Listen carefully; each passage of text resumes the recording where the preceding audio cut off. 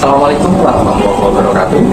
Perkenalkan, saya Muhammad Dato Arus Mazhar dari SMA Negeri 10 Semarang akan mewacanakan kegiatan PPL 2 PPT dalam jabatan tahun 2022 Universitas 11 Maret. Yuk ikuti saya ke kelas. Assalamualaikum.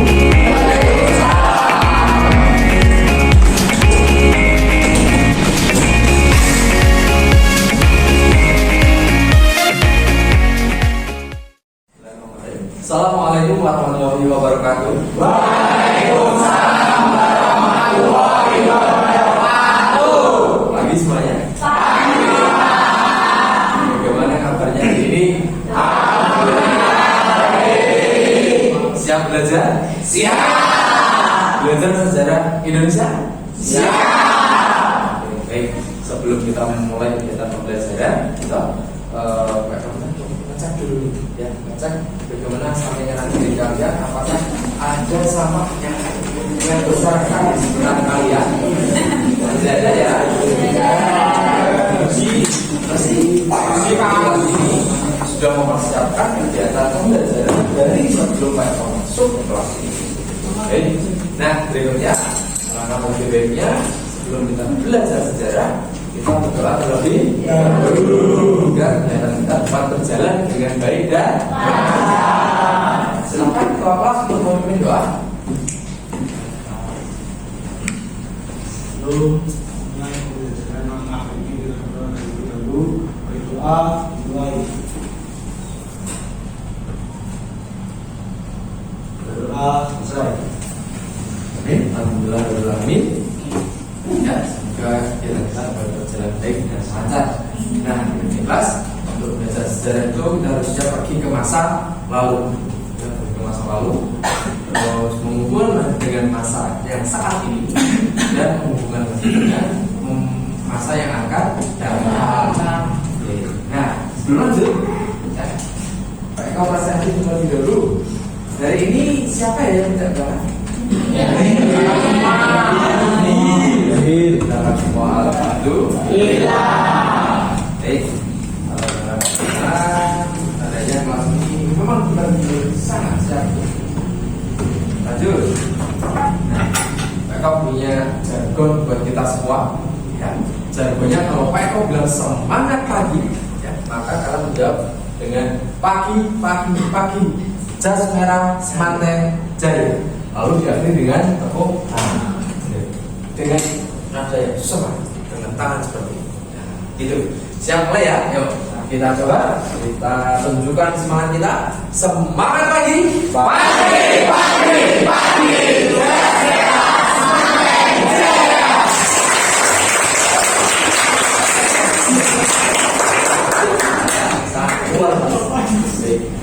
Nah, semangatnya luar biasa. Oke, next perhatikan ke layar proyektor. Ya. Kalau punya sesuatu yang itu, oke. Baik, Astra, silakan baca. Jangan berpikir hidup akan mudah jika belajar saja masih susah. Ya, jangan berpikir hidup akan mudah jika belajar saja masih susah. Jangan bisa memulai. Oke, baik. Siapa namanya? Menurut Istiqomah. Baik, silakan disampaikan. Kira-kira makna apa yang bisa kita dapat dari kata-kata ini? Maknanya yaitu belajarlah lebih giat supaya masa depan lebih cerah. Iya, betul. Jadi kita harus belajar lebih giat agar masa depan kita nanti lebih cerah. Jadi semuanya ingin jadi orang sukses. Sukses dalam apapun. Semoga terkabul. Amin. Ini kita lakukan. Ya. Di pertemuan sebelumnya kita telah mempelajari apa, Mas? Demokrasi liberal. Yang ada apanya itu ya? Berapa menit? 7 kabinet. Ya. Nah, di masa setelah demokrasi liberal itu adalah demokrasi dari tahun berapa sampai berapa?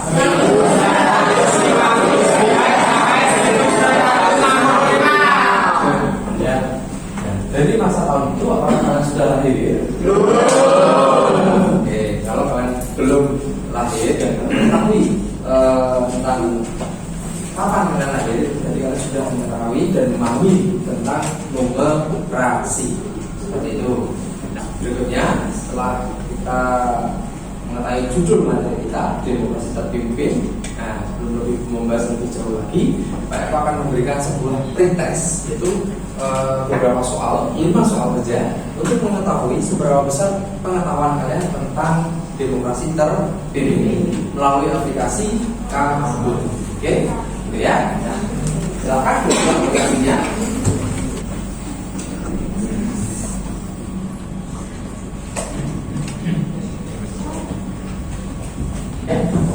Baiklah, silahkan kalian buka aplikasi kalian masing-masing dan masuk join Kahoot ya dengan kode tersebut 1287206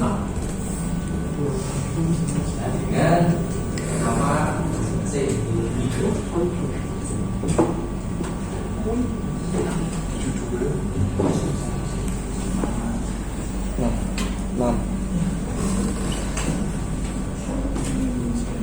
Baiklah, sudah habis semuanya ya? Kita mulai tes demokrasi terpimpin kali.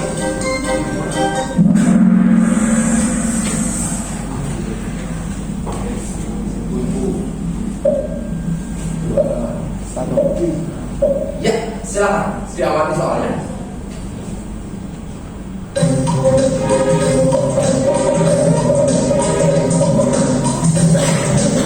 Oh, langsung sama sekali. Siapa? Oh, Soekarno. Gitu. Baik, kita lanjutkan.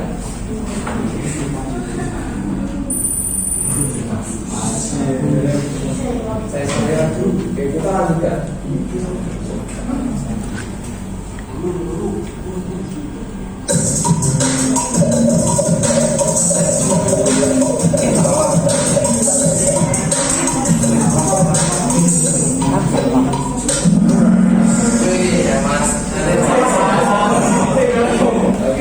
Tahun ini tahun demokrasi terpimpin kapan itu?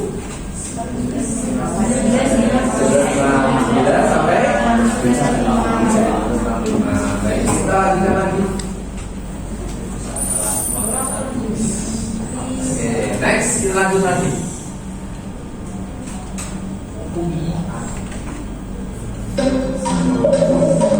Benar atau salah?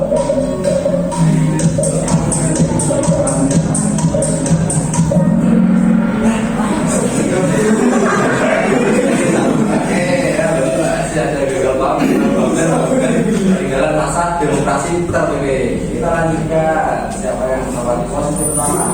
Sario terbiasa jadi Farhan. Next.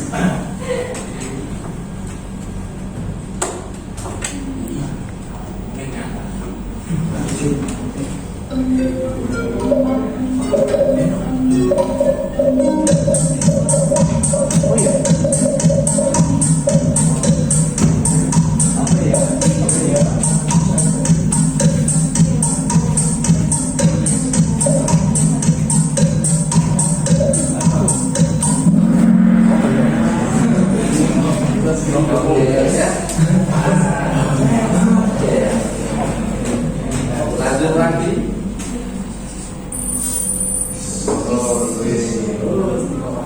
Lanjut. Dan atau salah?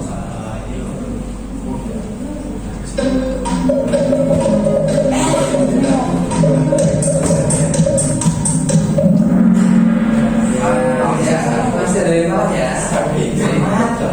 Kita lanjutkan. Siapa yang kembali posisi pertama?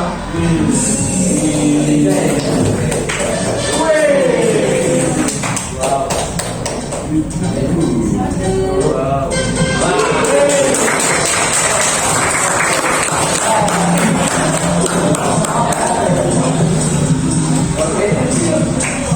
Jadi hasil berkas ini tadi dapat ada beberapa yang kalian pastikan belum paham dan memahami tentang satu Bangunan masa demokrasi terpimpin, ya. Dan juga mengenai masa, ya kapan demokrasi terpimpin itu terjadi. Dan tadi mengenai awal dimulainya demokrasi terpimpin. Ya, sekarang kita lanjut lagi ke PowerPoint.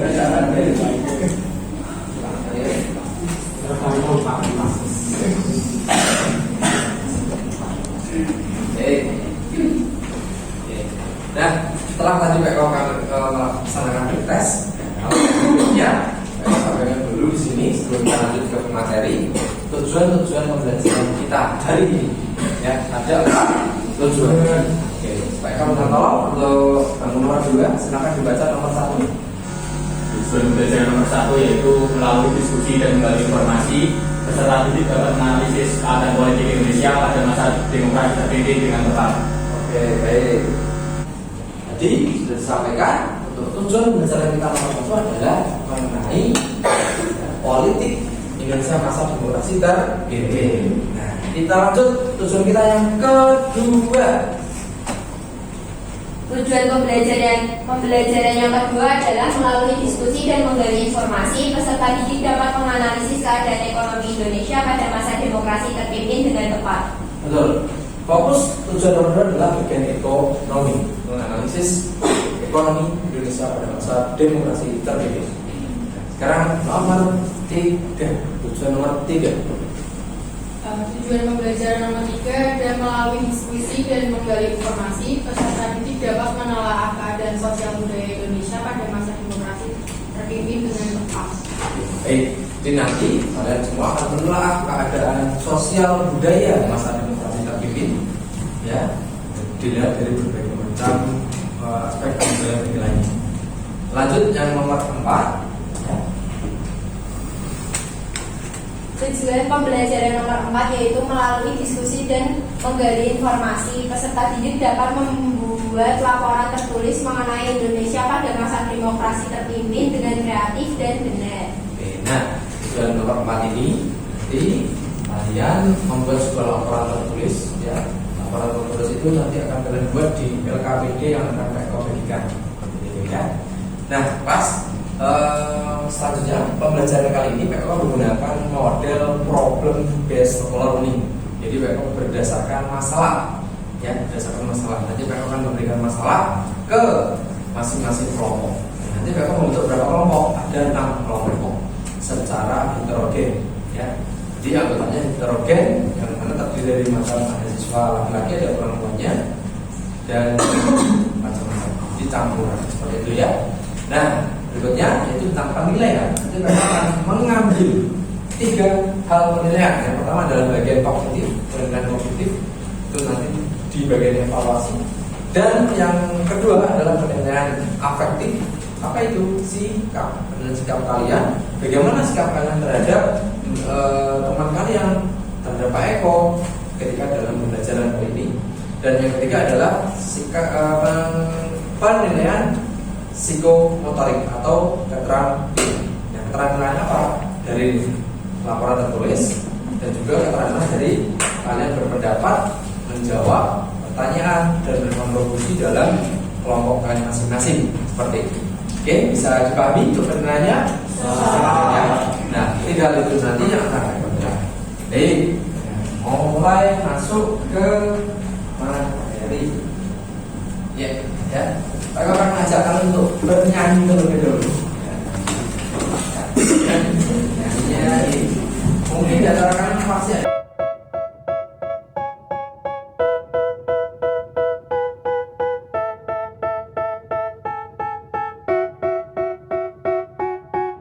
They tell me that I'm never gonna make it. They want me to do something that could make sense. They hate when I keep dreaming I'll be famous, but I don't give a fuck, I'ma keep chasing. I got all this potential that's deep inside of me, but they hate when you're successful cause they try to be. They sit there being judgmental because you're trying things, and they just want you to settle and do the right thing. So get a good job, don't slack off. Wake up every morning, make a good impression on your boss. Don't do anything that I wouldn't do, and when you're making money, make sure you don't spend it too soon.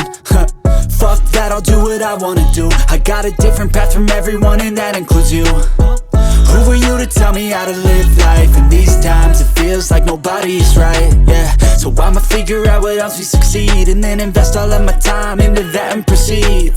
I need whatever the hell could make me happy, and I don't think you have a clue what could that be. They tell me that I'm never gonna make it. They want me to do something that can make sense. They hate when I keep dreaming I'll be famous, but I don't give a fuck, I'ma keep chasing.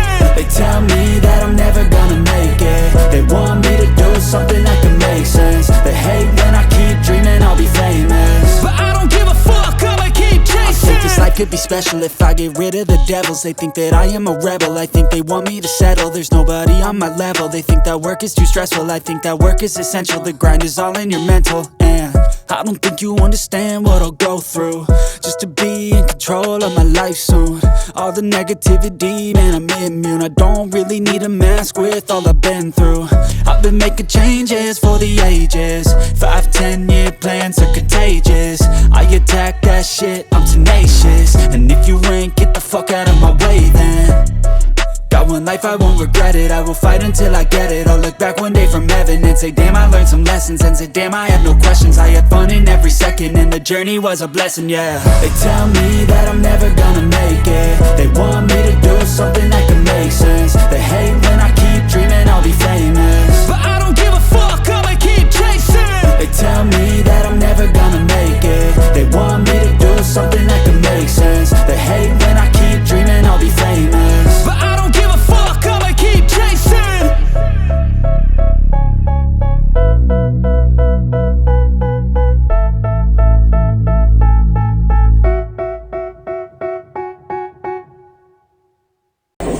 lolos sehingga mengikuti audisi ya. Nah, oke Mas, dari lagu yang kita lakukan, putarkan tadi, kira-kira mungkin kalian akan bertanya-tanya, ini pelajaran apa ya? Kok pelajaran sejarah ada musik-musiknya? Pasti kalian bertanya-tanya, gitu. Kenapa pelajaran sejarah kok sampai ada nyanyi-nyanyi seperti ini ya? Ya toh? Nah, mereka akan mengajak kalian untuk menganalisis tentang lagu ini. Baik, saya kembali dulu. Demokrasi terpimpin tadi, ya, itu terjadi pada tahun berapa sampai berapa? 1965. Baik, di antara tahun ini adalah terjadinya demokrasi terpimpin. Lagu ini ciptaan band siapa? Band Kus Plus. Nah, perlu kami ketahui bahwa band Kus Plus dulu sebelum berubah jadi Kus Plus itu adalah namanya Kus Bersaudara. Nah, Kus Bersaudara. Nah, kalau kita analisis bareng-bareng tadi, lagu tadi itu beraliran apa ya? Kira-kira pop atau dangdut atau rock? Pop. Baik, pop ya. Nah, pada masa demokrasi terpimpin ya, lagu pop itu ternyata dilarang oleh pemerintah. Pop itu dianggap sebagai lagu yang kebarat-baratan. Nah, band ini tadi, Kus Bersaudara itu akhirnya ditangkap oleh kejaksaan, ya, karena dia dianggap menciptakan dan menyanyikan lagu yang kebarat-baratan. Begitu lagu ini. Apakah kalian sudah lihat pada masa ceritanya? Belum ya? Belum. Nah, kembali lagi ke PowerPoint.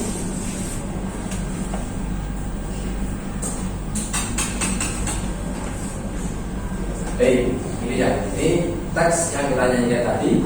Nah, lanjut, ini kelihatan ya bukannya ya? Kus Bersaudara, betul tahun berapa itu? 1962. Berarti ada di antara tanggal tahun ini ya? Iya. 1962. Nah, dari ini pernah ditangkap dan akhirnya ya begitu. Nah, lanjutnya mereka punya sebuah gambar. Gambar apakah ini? Perhatikan ya. Yuk, gambar pertama apa ini? Nggak pernah kesana kok, langsung tahu ya. Ya khas gitu ya, khasnya GBK seperti seperti ini ya. Jadi di sini kalau soal ini terutama pecinta sepak bola ini, oke? Timnas Indonesia. Lanjut gambar yang kedua. Fokusnya fokusnya di sini adalah bukan budayanya, tapi adalah Dari Indonesia. Jadi ini yang di sini di atasnya itu adalah gedung hotel Indonesia. Lanjutnya, nah kalau ini gedung Murah-Murah. Oke, dan kalau mungkin bagi sebagian masyarakat menyebutnya dengan gedung Murah-Murah. Ini adalah gedung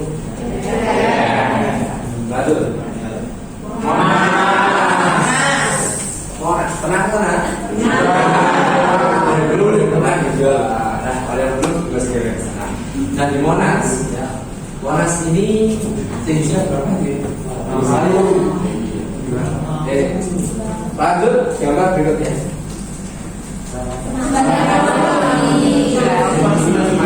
Ya, batas semanggi dan jalannya itu ya. Nah, ini, nah dari gambar-gambar ini, ya. Kalau kita kaitkan dengan materi tadi Universitas ini, ada yang tahu di Bandung dibangun pada masa demokrasi tertinggi. Nah, ini dulu itu ada kaitannya dengan politik, namanya politik apa ya? Mungkin ada, belum tahu. Nah, nanti kan kita cari tahu gitu. Dari gambar-gambar tadi dan batu tadi, kita akan menganalisis tiga. Yang pertama keadaan ekonomi, yang kedua yang pertama adalah keadaan politik, yang kedua keadaan ekonomi, yang ketiga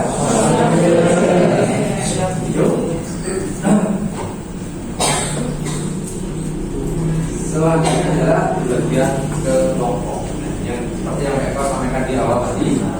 Bagian kelompok silakan buka grup Teams kita, silakan buka harinya, buka aplikasi Teams kita.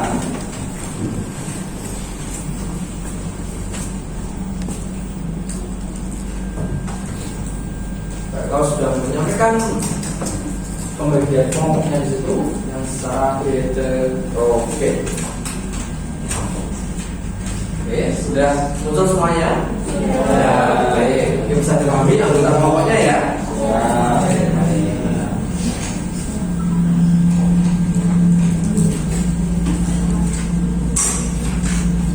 Baiklah, karena sudah tahu tentang anggota kelompoknya, sekarang Pak Eko minta untuk mengelompok sesuai dengan kelompoknya masing-masing. Ya, kelompok 1, 2, 3, 4, 5, 6. Seperti itu. Oke, silakan disiapkan buku, HP, dan alat tulisnya untuk menuju ke kelompok masing-masing. Nah, berkelompoknya bagaimana? Tidak perlu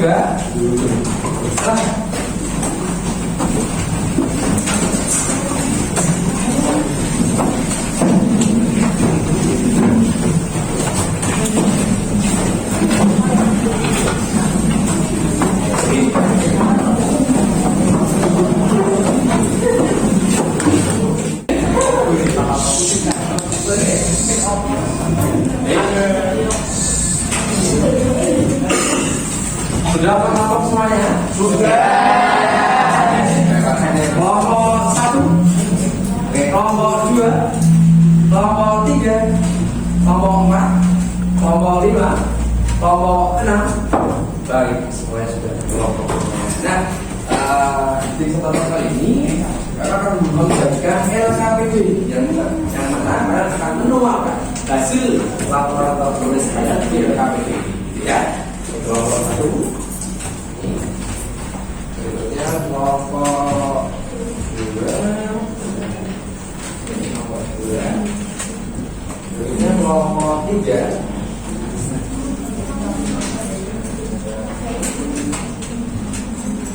berikutnya kelompok 4, kelompok 5, dan berikutnya kelompok 6. Ya. Nah. Oke, Mas. Kami sudah berada di kalian semua. Berikut saya akan sampaikan juga permasalahan apa sih setiap kelompoknya yang akan kalian bahas. Kelompok 1 dan 2 ini bisa diperhatikan di depan. 1 dan 4 maaf ya. Kelompok 1 dan 4 ya membahas tentang analisis bagaimana keadaan politik Indonesia masa demokrasi terpimpin. Lalu kelompok 2 dan 5 analisis bagaimana keadaan ekonomi pada masa demokrasi terpimpin. Dan yang kelompok 3 dan 6 itu menelaah bagaimana keadaan sosial budaya masa demokrasi terpimpin. Seperti itu. Baik, nah dalam berdiskusi Pak Eko memberikan beberapa referensi sumber belajar dan sumber bahannya. Jadi kalian bisa mengakses ada 4 sumber yang sesuai dengan kepribadian kalian masing-masing. Mungkin yang pertama ada yang dari buku digital, ada artikel di internet, dan juga ada jurnal, dan juga lagi ada di YouTube yang audio visual. Kalian boleh men-scan QR yang sudah Pak Eko tampilkan di depan untuk referensi mengerjakan tugas ini. Oke, silakan boleh dimulai berdiskusinya.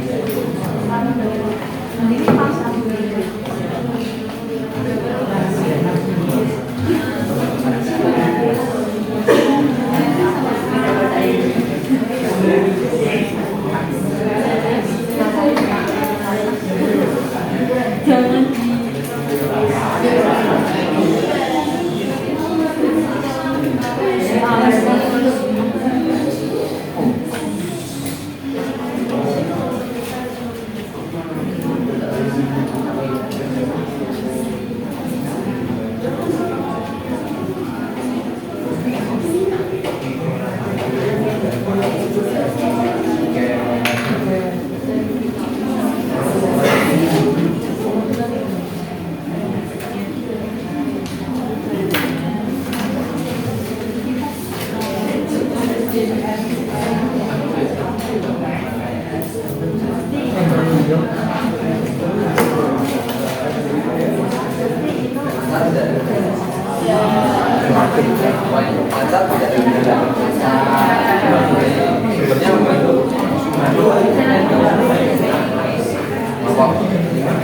ada kendala.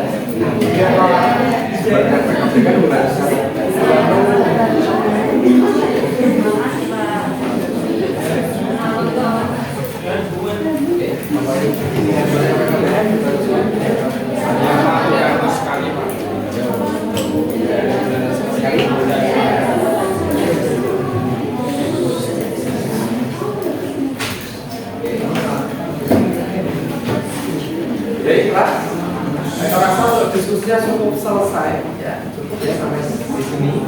Nah, kegiatan berikutnya adalah presentasi. Presentasinya dimulai dari kelompok 1. Oke, diurut. Oke, kelompok 1 silakan bisa untuk maju ke depan.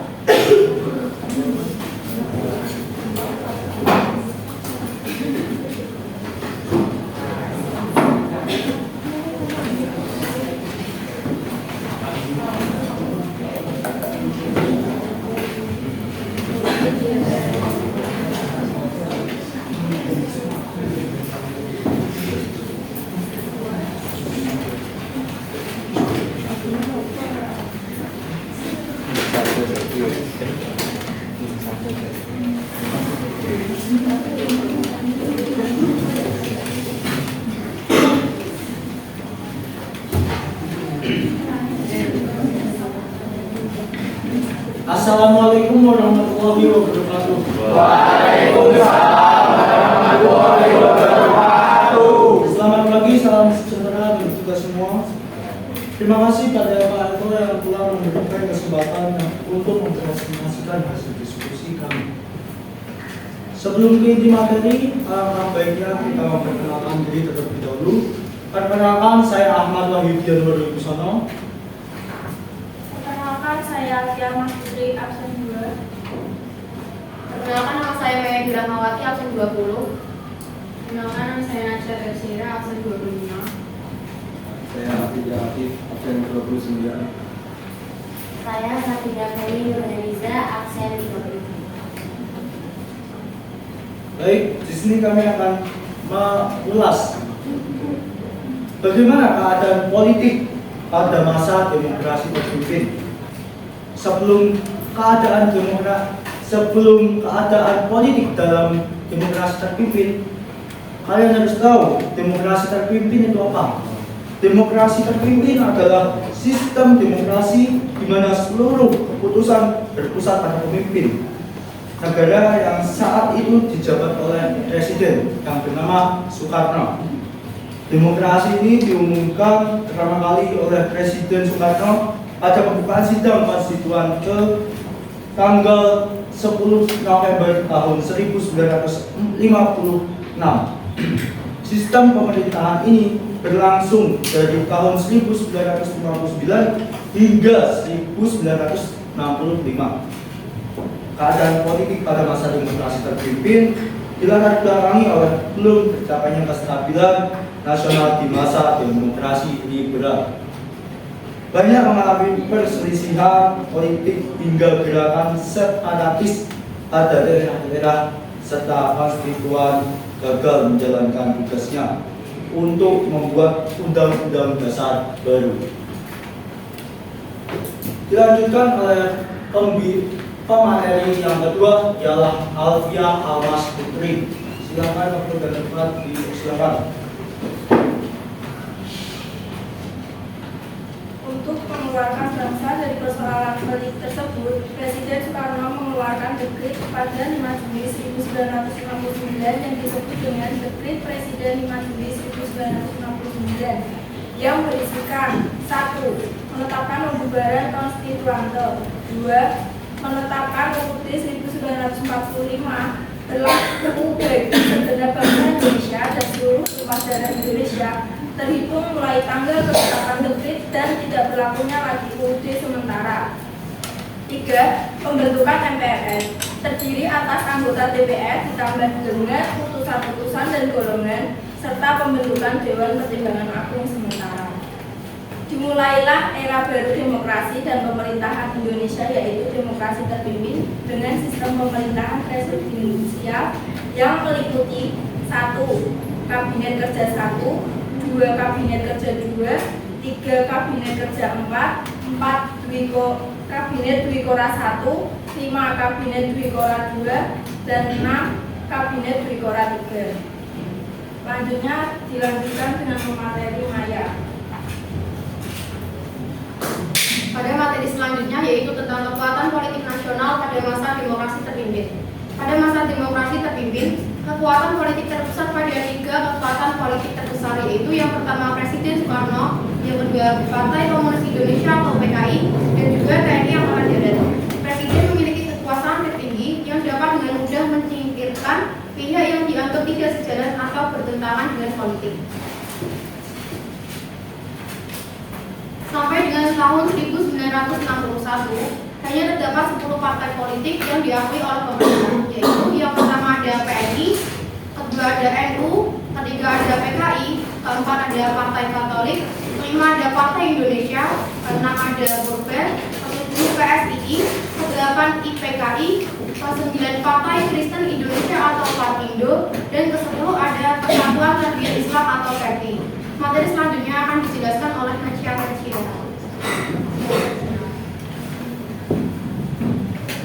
Selanjutnya ada politik luar negeri demokrasi terpimpin. Pada masa demokrasi terpimpin, Indonesia banyak melakukan kerjasama dengan negara-negara koloni seperti Uni Soviet, Cina, Kamboja, Vietnam, dan Korea Utara. Beberapa pergerakan politik luar negeri pada masa demokrasi terpimpin adalah sebagai berikut. Yang pertama ada Aldevo dan Nevo. Aldevo sendiri memiliki arti yaitu negara yang sudah matang ekonominya, khususnya negara dengan pangan kapitalisme. Dan Nevo adalah negara baru, khususnya negara-negara sosialis. Yang kedua ada politik mercusuar. Pandangan politik ini memiliki keinginan dan anggapan bahwa Indonesia dapat menjadi mercusuar yang menerangi jalan bagi Nevo di seluruh dunia. Maka diselenggarakan proyek besar dan spektakuler. Yang ketiga ada konfrontasi dengan Malaysia.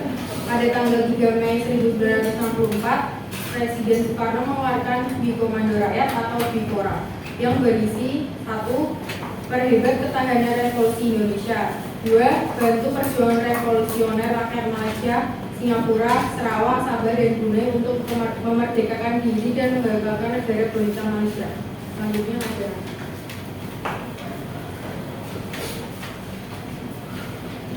Bapak pembebasan pimpinan darat.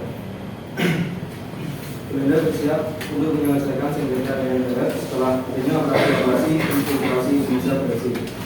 Yang kelima, perjanjian New York. Perjanjian New York ditandatangani pada tanggal 15 Agustus 1962 antara pemerintahan Indonesia dengan pemerintahan Belanda di New York. Yang keenam ada peristiwa G30 SPKI 1965. Operasi penumpasan G30 SPKI dipimpin oleh Mayor Jenderal Soeharto bersama resimen para komando Angkatan Darat dan Batalion 3281 para divisi Siliwangi. Peristiwa ini terjadi pada malam tanggal 30 September 1965 ke pimpinan Letkol Gunung. Materi selanjutnya akan disampaikan oleh kami. selanjutnya penyimpangan politik demokrasi terpimpin. Yang pertama, Presiden berhak menunjuk dan mengangkat anggota Majelis Permusyawaratan Rakyat sementara yang seharusnya dipilih melalui pemilihan umum. Yang kedua, Presiden membubarkan Dewan Permusyawaratan Rakyat hasil pemilu 1955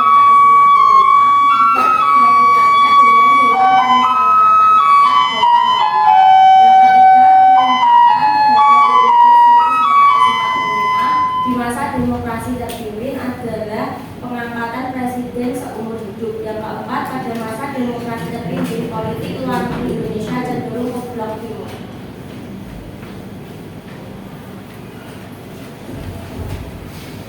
Baik, kelompok kami telah mempresentasikan dari diskusi.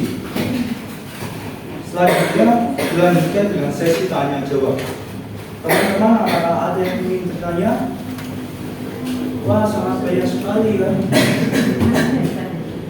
Untuk pertanyaan yang pertama bisa Khalifah mengajukan pertanyaan. Assalamualaikum warahmatullahi wabarakatuh. Perkenalkan, saya Khalifah Ahmadina, nomor akun 18, perwakilan dari kelompok 5. Saya ingin bertanya, tadi ada pernyataan Presiden Soekarno mengeluarkan dekret pada tanggal 5 Juli 1959. Bisa dijelaskan kembali isi dari dekret tersebut? Terima kasih.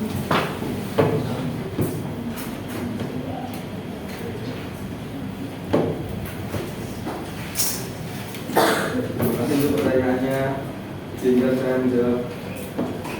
Jadi isi dari dekret yang dikeluarkan oleh Presiden Soekarno antara lain yaitu pertama pembubaran konstituante, yang kedua tidak berlakunya Undang-Undang sementara 1950 dan berlakunya kembali UUD 1945. Yang ketiga artinya pembentukan MPRS dan PPAS.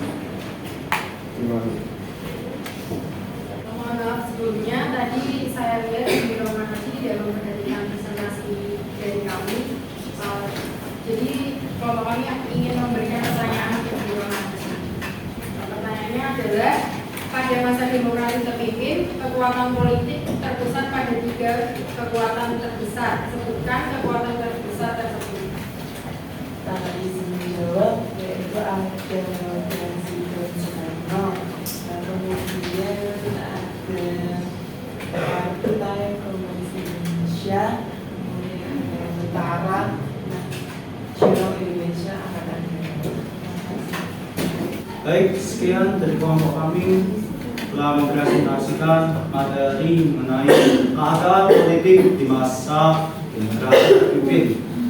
Bila ada salah kata atau ucapan, kami memohon maaf yang sebesar-besarnya. Bitaufiq wal hidayah. Wassalamualaikum warahmatullahi wabarakatuh.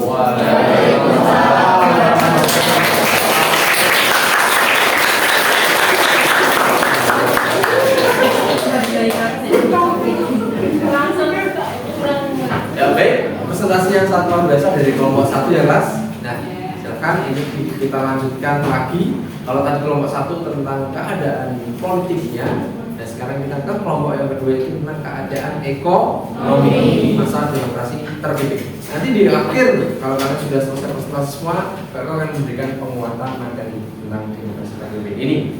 Nah, silakan sekarang kelompok 2 untuk maju ke depan melakukan presentasi.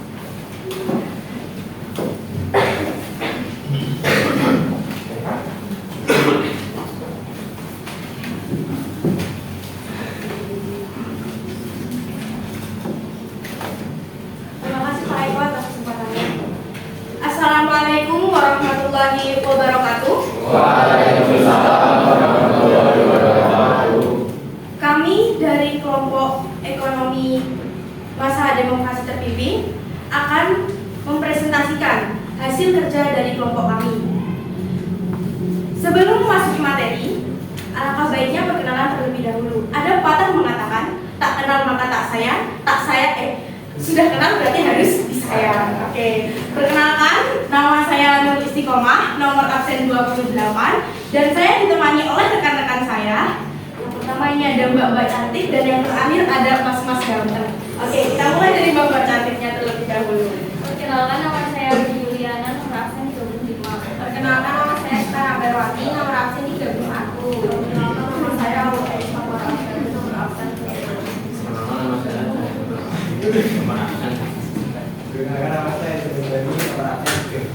Oke, baik teman-teman semuanya.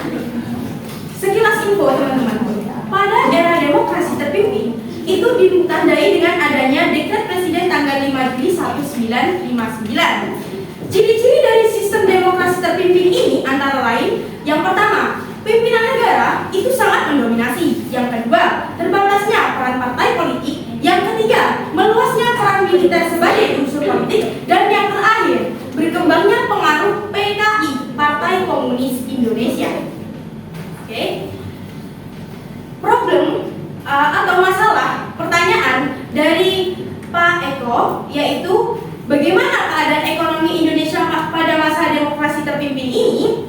Ya, pada masa demokrasi terpimpin ini, Indonesia mengalami pemerosotan pada sektor ekspor dan investasi. Yang kedua, cadangan devisa di Indonesia semakin menipis. Yang ketiga, Indonesia mengalami inflasi yang mencapai ratusan persen. Dan yang terakhir, harga kebutuhan pokok itu semakin mahal. Bisa dikatakan, pada era demokrasi terpimpin ini, Indonesia mengalami keadaan ekonomi atau keuangan yang sangat suram, teman-teman. Dikarenakan apa? Yang pertama, masalah ekonomi tidak teratasi. Dikarenakan apa? Hanya politik yang dikedepankan, sedangkan ekonomi tidak diperhatikan, teman-teman. Seperti yang kita ketahui, teman-teman, ya, Indonesia pada waktu itu membuat apa itu namanya? Apa ini? Pada waktu itu politik demokrasi terpimpin Indonesia itu menjalankan politik mercusuar yang mengeluarkan anggaran dana yang begitu banyak, teman-teman. Sedangkan ekonominya itu, dari sektor ekonominya itu tidak diperhatikan oleh pemerintah. Yang selanjutnya, peraturan yang dikeluarkan oleh pemerintah sering bertentangan antara satu peraturan dengan peraturan lainnya. Jadi itu belum pakem peraturannya. A bentrok sama B bentrok sama C.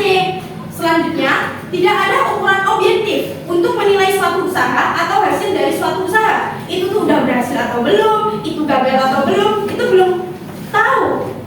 Ibaratnya tuh belum ada patokan. Ibarat matematika itu rumusnya belum ketemu, teman-teman. Yang terakhir, terjadinya berbagai bentuk penyelewengan. Sehingga teman-teman, kebangkrutan di Indonesia pada waktu masa demokrasi terpimpin tersebut tidak dapat dikendalikan. Nah, untuk menanggulangi permasalahan-permasalahan tersebut, problem-problem tersebut, pemerintah mengeluarkan beberapa kebijakan tersebut. Yang pertama itu ada pembentukan Bappenas, yang kedua ada devaluasi, yang ketiga ada dekon, dan yang terakhir kebijakan lain pemerintah. Nah, untuk mengetahui detailnya seperti apa, kalian bisa simak hasil kerja kelompok kami yang akan dibacakan oleh rekan-rekan saya. Silakan Mbak Diana, lanjutkan.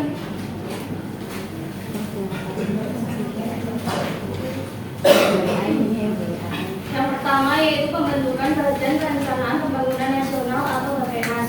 Di bawah Kabinet Kerja dibentuk Bappenas pada tanggal 15 Agustus 1959 yang dipimpin oleh Muhammad Yamin. Dengan anggota 50 orang bertugas menyiapkan rancangan undang-undang pembangunan nasional dan menilai penyelenggaraan pembangunan. Hasilnya itu 1 tahun berhasil menyusun rancangan sesar undang-undang pembangunan nasional serta berencana tahap tahun 1961 sampai 1969 yang disetujui oleh MPRS dengan ketetapan MPRS nomor 11 MPRS 1960. Kemudian dilanjutkan oleh sekarang. 2. Penurunan nilai uang atau devaluasi. Tujuannya untuk membendung inflasi yang tetap tinggi, mengurangi jumlah uang yang beredar di masyarakat, dan meningkatkan nilai rupiah sehingga rakyat kecil tidak dirugikan. Pemerintah mengumumkan penurunan nilai mata uang. A. Uang kertas pecahan bernilai Rp500 menjadi Rp50. B. Uang kertas pecahan bernilai Rp1.000 menjadi Rp100. C. Semua simpanan di bank yang melebihi Rp25.000 dibekukan. Namun, usaha pemerintah tersebut tidak mampu mengatasi kemerosotan ekonomi atau terutama perbaikan dalam bidang moneter. Selanjutnya dilanjutkan Asya. Yang ketiga, deklarasi ekonomi atau dekon. Tujuannya untuk menciptakan ekonomi yang bersifat nasional, demokratis, dan bebas dari sisa-sisa imperialisme untuk mencapai target ekonomi sosialis Indonesia dengan cara tergenting. Namun, dalam pelaksanaannya, dekon tidak mampu mengatasi masalah inflasi dan kesulitan ekonomi.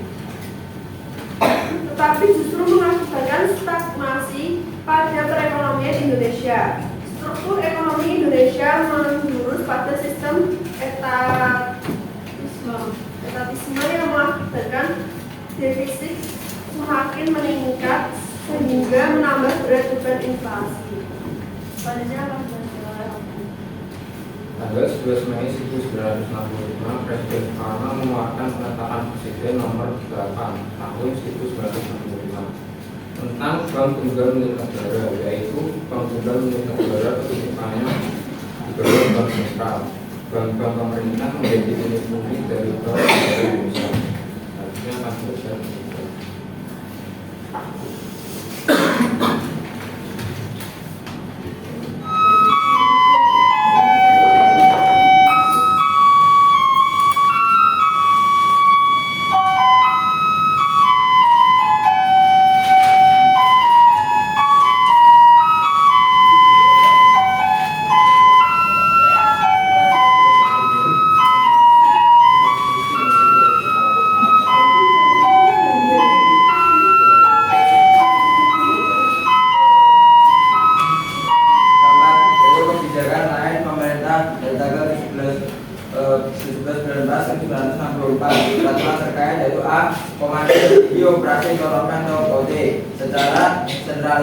bertujuan untuk mengatur perekonomian negara, dan B. Kesatuan operasi atau KESAP, meningkatkan sektor perdagangan. Baik, teman-teman, itu hasil dari diskusi kelompok kami. Sekian presentasi dari kami. Jika ada yang bertanya, kami persilahkan. Tapi ingat dulu ya, Tuhan itu maha mempermudah. Masa kalian pasti. Tapi udah deh gak apa-apa, karena kan ini kan ada segmen tanya jawab ya, jadi udah deh gak apa-apa. Ada nggak nih yang mau bertanya nih? Kenapa banyak sekali teman-teman? Baiklah, saya akan milih salah satu. Yang mana? Yang pertama siapa? Siapa ya? Jadi Najia deh boleh. Terima kasih. Assalamualaikum warahmatullahi wabarakatuh. Perkenalkan, nama saya Syira Purwasti, nomor akun 25. Jadi di sini saya akan bertanya, itu ada apa saja faktor-faktor yang dilakukan pemerintah mengalami kegagalan dalam deklarasi ekonomi. Terima kasih. Baik, saya akan menjawab pertanyaan dari kelompok 1. Langkah-langkah yang dilakukan pemerintah mengalami kegagalan yaitu penanganan masalah ekonomi tidak rasional, ekonomi lebih bersifat politik dan tidak ada kontrol, pengeluaran negara cukup besar, devisa yang semakin meningkat ditutup dengan pencetakan uang yang menyebabkan inflasi semakin membumbung tinggi. Yang terakhir, struktur ekonomi menjurus ke ekonomi etatisme. Ada yang mau bertanya lagi, teman-teman? Rani, boleh?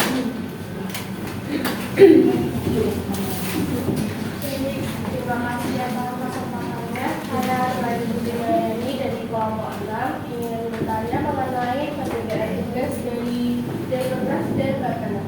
Terima kasih. Terima kasih Mbak Rani atas pertanyaannya. Baik, yang pertama, tugas dari Departemen sendiri adalah menyiapkan rancangan undang-undang pembangunan nasional dan menilai penyelenggaraan pembangunan. Hanya itu saja ya teman-teman. Tapi untuk Bappenas itu ada 3 tugasnya. Yang pertama, menyusun rencana pembangunan jangka panjang dan jangka pendek. Yang kedua, mengawasi pelaksanaan pembangunan. Dan yang ketiga, menilai hasil kerja mandoritas MPRS.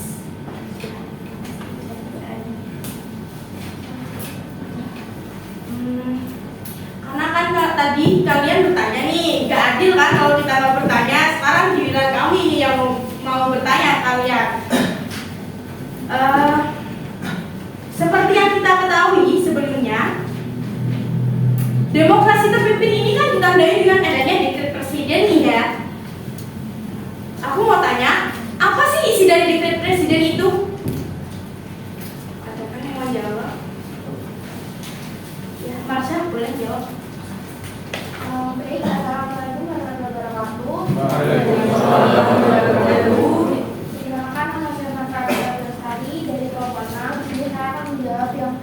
pertanyaan dari kelompok gue, yaitu apa saja isi jadwal presiden yang tanggal 5 Juli 1959. Jadi yang pertama ada pembubaran konflik keluarga, yang kedua tidak berlakunya UUD 1950 dan berlakunya kembali UUD 1955, dan yang terakhir yaitu pembentukan MPRS dan DPRS. Sekian dari saya, mohon maaf, terima kasih. Wassalamualaikum warahmatullahi wabarakatuh. Baik, terima kasih Mbak Masya atas jawabannya. Jadi teman-teman, kesimpulan untuk materi yang kami bawakan ini adalah keadaan demokrasi terpimpin pada waktu itu, keadaan ekonominya adalah sangatlah suram teman-teman. Sehingga pemerintah melakukan penanggulangan.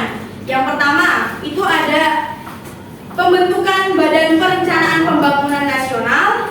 Yang kedua, penurunan nilai uang atau devaluasi, seperti uang kertas yang bernilai Rp500 diubah menjadi Rp50.000.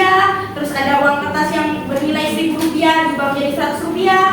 Lalu yang ketiga ada dekon. Apa sih dekon? Deklarasi ekonomi. Tujuannya dari pembentukan dekon ini adalah menciptakan ekonomi yang bersifat nasional, demokratis, dan bebas dari sisa-sisa imperialisme. Namun sayang, dekon ini juga tidak berhasil teman-teman.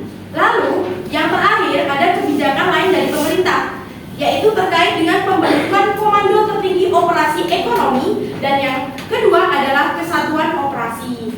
Sekian dari kelompok kami. Kasih 2-3 pupuk kaca. Akhir kata, sampai jumpa. Hidup kesepian tanpa kekasih. Cukup sekian, terima kasih. Wabillahi taufiq wal hidayah. Wassalamualaikum warahmatullahi wabarakatuh.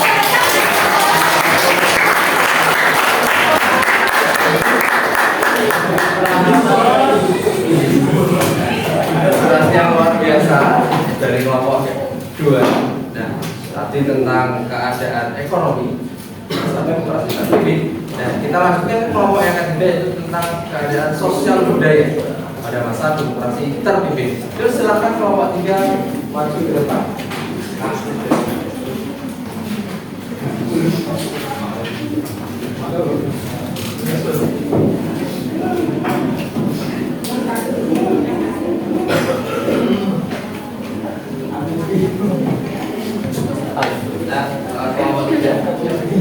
Assalamualaikum warahmatullahi wabarakatuh. Selamat pagi Pak Eko, selaku guru sejarah Indonesia. Selamat pagi teman-teman. Di sini kelompok kami akan mempresentasikan tentang hasil diskusi dengan materi keadaan sosial budaya pada masa demokrasi terpimpin. Sebelumnya saya akan memperkenalkan diri terlebih dahulu. Perkenalkan, nama saya Eryadi Pratama, nomor absen 12. Selanjutnya, Nama saya Budaya Ahmad Desari, nomor absen 24. Nama saya Farle Triartono, nomor absen 14. Nama saya Novi Ardila, nomor absen 26. Nama saya Devinali Nomeswari, nomor absen 9. nama saya Bezaki, nomor absen 6. Lalu dilanjutkan ke inti materi yang dibacakan oleh Nabila Neva. Soal yang diberikan oleh Pak Eko kepada kelompok kami adalah bagaimana keadaan sosial budaya pada masa demokrasi terpimpin. 1. Terjadi kerusuhan di Jakarta. Ketika terjadi konfrontasi antara Indonesia dan Malaysia tahun 1963 sampai 1966 menyebabkan kondisi sosial di Indonesia mulai kacau dan tidak terkendali. Hal ini dipicu oleh pembakaran habis kedutaan besar Inggris dan 21 rumah stafnya di Jakarta. Aksi anarkis ini memperoleh balasan dari pihak Malaysia dengan pengusahaan kedamaian duta besar Indonesia di Malaysia. Konflik dan konfrontasi ini mendorong terjadinya pemutusan hubungan diplomatik Indonesia dengan pemerintah Malaysia dan Singapura. 2. Pelarangan perdagangan asing di luar ibu kota daerah. Pada masa demokrasi terpimpin, terjadi konflik antara pedagang asing di Indonesia, khususnya pedagang dari Cina. Pada 1 Januari 1960, dikeluarkan kebijakan yang menyatakan para pedagang asing dilarang berdagang di daerah pedesaan. Hal ini mendorong para pedagang asing mulai berpindah kegiatan ke kota. Kebijakan ini mengundang reaksi keras pemerintah Beijing karena usaha ekonomi warga asing atau etnis Tionghoa dihalang-halangi oleh pihak tentara Indonesia. Selanjutnya dilanjutkan oleh Bapak. Baiklah, yang ketiga adalah musik dan tarian barat dilarang oleh pemerintah. Presiden Soekarno sebagai orang nomor 1 di Indonesia kala itu mengancam kebudayaan barat yang sedang booming dan jadi tren di seluruh dunia pada kala itu. Nah, misalnya musik rock and roll, musik pop, hingga budaya dan caca. Ya, bahkan terus bersaudara band pada masa dulu yang sekarang bisa dikenal Blues pernah ditahan kejaksaan karena memainkan musik dengan kebarat-baratan. Larangan musik barat ini ternyata juga membawa dampak positif bagi para seniman lokal untuk bisa memproduksi berbagai lagu daerah dan menjadikannya bagian dari musik populer Indonesia pada kala itu. Selain lagu daerah, lagu-lagu perjuangan atau lagu nasional juga berkembang pesat pada masa musik barat dilarang didengarkan di masyarakat. Selanjutnya akan dibacakan oleh Bapak. Selanjutnya yang keempat adalah konflik antara Lekra dan Manikebu. Lekra adalah lembaga kebudayaan rakyat yang menjadi kelompok pendukung ajaran atau paham Nasakom, sedangkan Manikebu Manifesto Kebudayaan merupakan sekelompok cendekiawan yang anti Nasakom. Kelompok Manikebu merupakan Pancasilais tapi bukan pendukung atau simpatisan Nasakom. Tokoh-tokoh Manikebu misalnya Taufik Ismail dan Habib Yasin. Menurut Manikebu, kebudayaan nasional seharusnya tidak didominasi oleh ideologi tertentu. Seni harus bebas dan merdeka. Manikebu lalu dilarang oleh pemerintah dan dianggap bersikap anti revolusi yang dicanangkan oleh pemerintahan saat itu.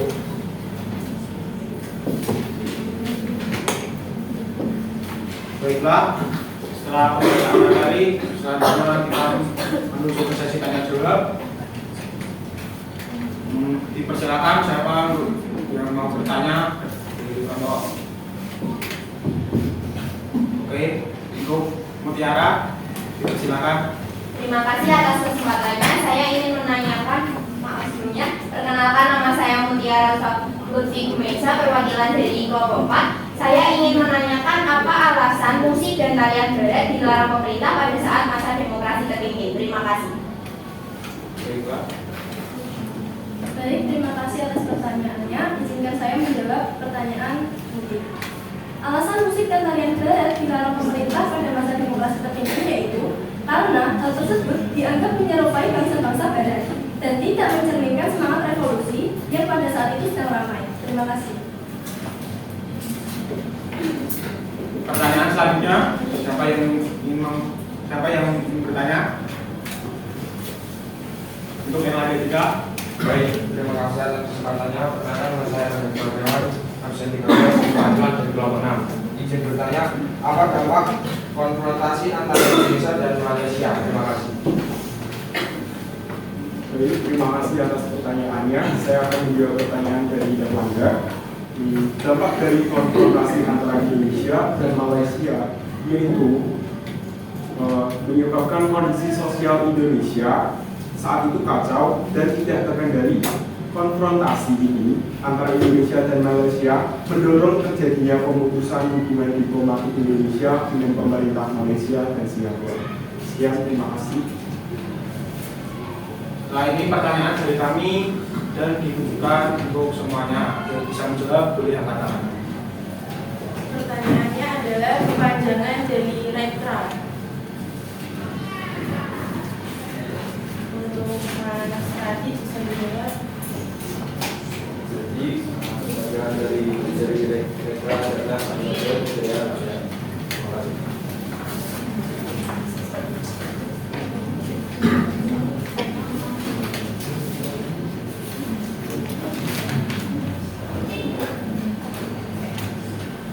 Jadi materi sudah kami sampaikan. Berikutnya saya menyampaikan bagian kesimpulan, yaitu kesimpulan yang kita dapatkan dari hasil diskusi kelompok kami, yaitu keadaan sosial budaya pada masa demokrasi terpimpin banyak terjadi konflik. Di antaranya yaitu terjadi kerusuhan di Jakarta, larangan menolak ibu kota, fungsi dan varian barat bergalau di pemerintah, dan konflik antara Negra dan Maluku, serta Indonesia pada saat itu lebih condong menghadap ke timur. Terima kasih atas perhatiannya dari kelompok kami. Wassalamualaikum warahmatullahi wabarakatuh.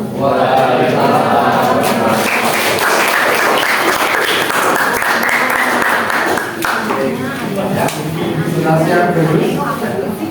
Tadi kelompok 1, 2, 3 dan berikutnya kelompok 4 ya, 4. Silakan kelompok 4 masuk ke depan.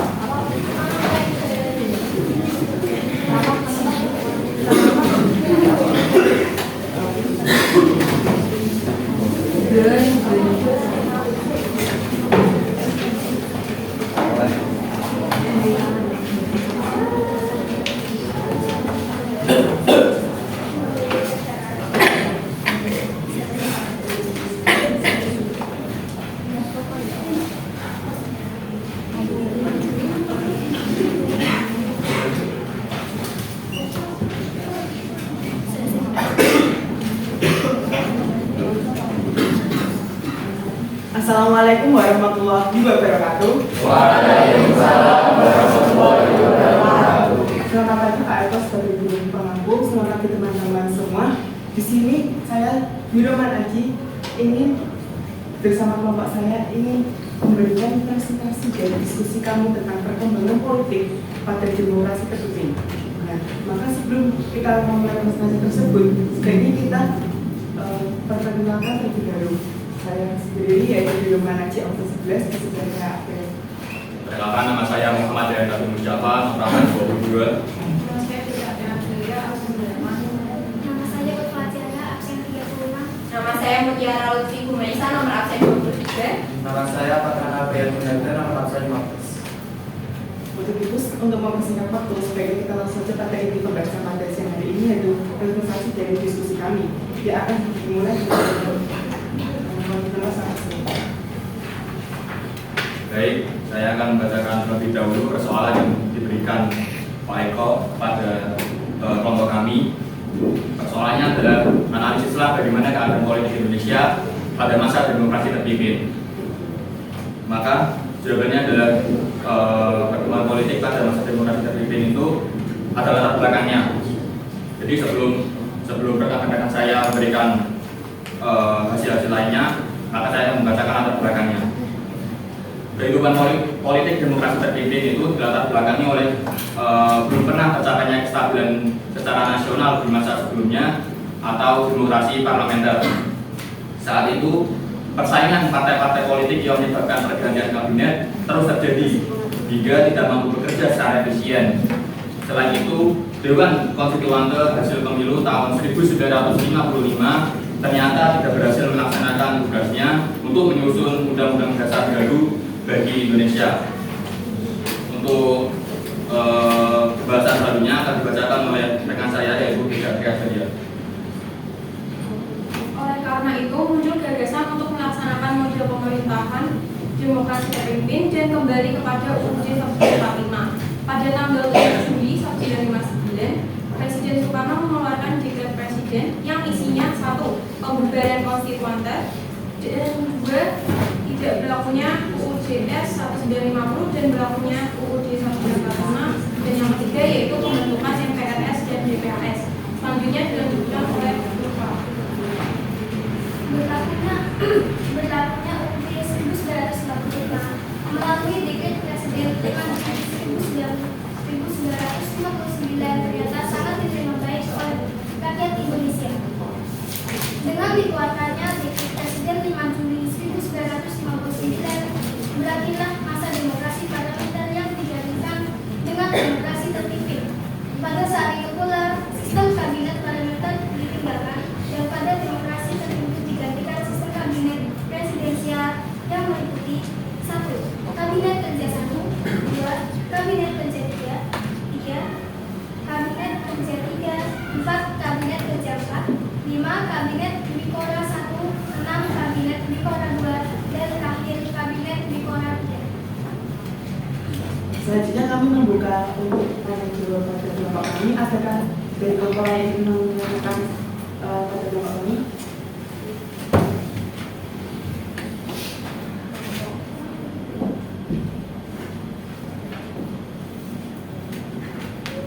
Kami persilakan pada yang Pak dari Bapak Ibu. Sebelumnya perkenalkan nama saya Dina Margaresari, nomor absen 24. Saya ingin bertanya, apakah dengan adanya dekret presiden memberi dampak positif? Jika iya, apakah dampak positifnya? Terima kasih.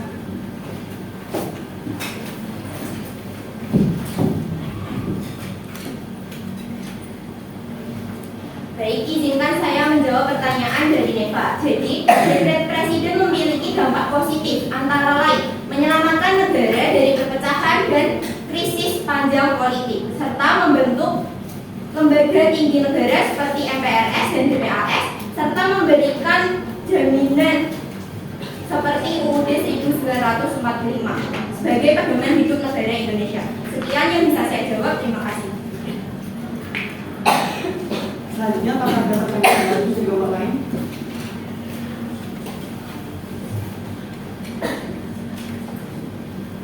Baik, kami persilakan pada sekarang pada Bapak Ibu. Bapak Ibu persilakan. Assalamualaikum warahmatullahi wabarakatuh. Izinkan saya memberi pertanyaan. Perkenalkan, nama saya Sarah Barwati, perwakilan dari kelompok 2. Baik, menurut pertanyaan sebelumnya, apakah dekret presiden juga memberikan dampak negatif? Apa saja dampak negatifnya? Sekian dan terima kasih sudah dari saya. Assalamualaikum warahmatullahi wabarakatuh. Terima kasih atas pertanyaannya. Izinkan saya menjawab. Baik, berlakunya dekret presiden memiliki sisi negatif, yaitu yang pertama memberi kekuasaan besar kepada presiden, MPR dan lembaga tinggi lainnya. Yang terakhir memberi peluang bagi militer untuk terjun dalam bidang politik. Terima kasih. Baik, selanjutnya setelah penjelasan dari kelompok kami, saya ingin bertanya pada kelompok kami semua. Kabinet apa saja yang terbentuk pada masa kabinet presidensial? Baik, kalau ada saudara silakan. Aku dari bersama silakan. Assalamualaikum warahmatullahi wabarakatuh. Waalaikumsalam warahmatullahi wabarakatuh. Saya Sarah Amelia Putri, nomor urut 33 dari kelompok 5 akan menjawab pertanyaan dari kelompok 4. Jawabannya yaitu Kabinet Kerja 1, Kabinet Kerja 2, Kabinet Kerja 3, Kabinet Kerja 4. Lalu ada Kabinet Bikora 1 sampai Kabinet Bikora 2. Terima kasih. Selanjutnya saya akan membacakan kesimpulan dari kelompok kami, yaitu perkembangan politik pada masa demokrasi terpimpin ditandai dengan adanya presiden pada tanggal 5 Juli 1959 yang dilatar belakangi oleh belum tercapainya kestabilan secara nasional di masa sebelumnya atau demokrasi parlementer. Dan juga pada demokrasi terpimpin, demokrasi ini mengandalkan pada kepemimpinan presiden Soekarno saja. Terima kasih. Sekian dari presentasi kelompok kami. Jika ada kesalahan, saya mohon dimaafkan. Wassalamualaikum warahmatullahi wabarakatuh.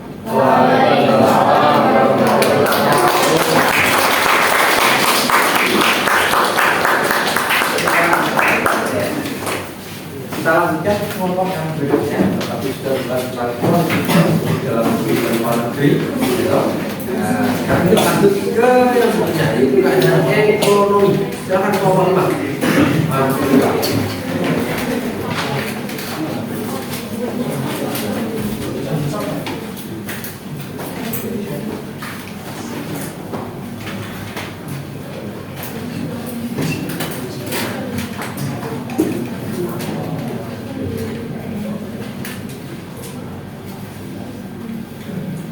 Assalamualaikum warahmatullahi wabarakatuh.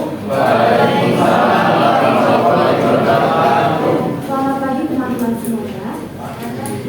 Sebelumnya terima kasih kepada Bapak Eko yang telah mempersilahkan kami untuk eksplorasi pada hari ini. Kami dari kelompok 5 akan memperkenalkan diri. Seperti kata pepatah, jika tak kenal maka tak aruf, maka kita harus ta'aruf terlebih dahulu. Ta'aruf itu berkenalan dengan teman. Perkenalkan, nama saya Sarah Amelia Putri, nomor urut 33. Perkenalkan, nama saya Siti Veronica, nomor absen 34.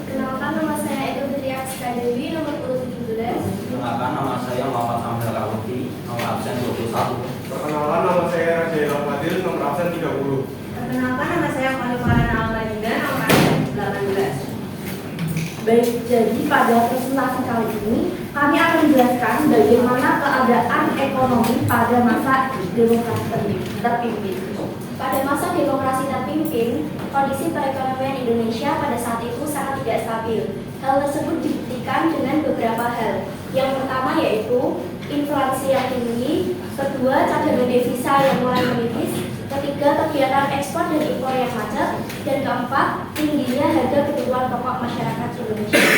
Kondisi tersebut dilatar belakangi oleh beberapa faktor, mulai dari gejolak politik yang melanda Indonesia, yang kedua politik luar negeri Indonesia yang bersifat konfrontasi, yang ketiga dijalankannya proyek politik mercusuar oleh Presiden Soekarno, dan yang terakhir gagalnya sejumlah kebijakan yang diterapkan oleh pemerintah dalam menangani krisis ekonomi.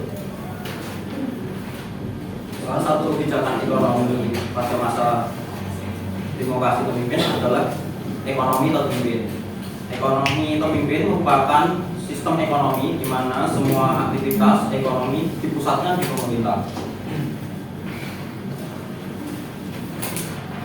Selain menjalankannya ekonomi terpimpin, pemerintah juga mengeluarkan kebijakan seperti sanering, penurunan nilai uang, pembekuan simpanan di bank, pembentukan Pania 13, hingga perumusan konsep deklarasi ekonomi atau disebut dengan DEKA.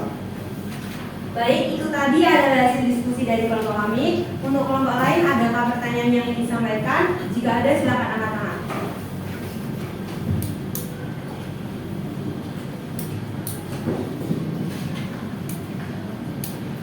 Baik, silakan Maya dari perwakilan kelompok 1. Assalamualaikum warahmatullahi wabarakatuh. Sebelumnya perkenalkan, nama saya Maya Gramawati dari kelompok 1. Terima kasih karena kelompok 5 telah memberikan kesempatan untuk saya memberikan pertanyaan. Pertanyaannya yaitu, apakah kebijakan pemerintah mengenai perumusan konsep deklarasi ekonomi atau DEKON dapat berjalan dengan baik? Terima kasih sebelumnya. Assalamualaikum warahmatullahi wabarakatuh. Terima kasih untuk pertanyaannya. Izinkan untuk kelompok kami berdiskusi terlebih dahulu untuk menjawab pertanyaannya.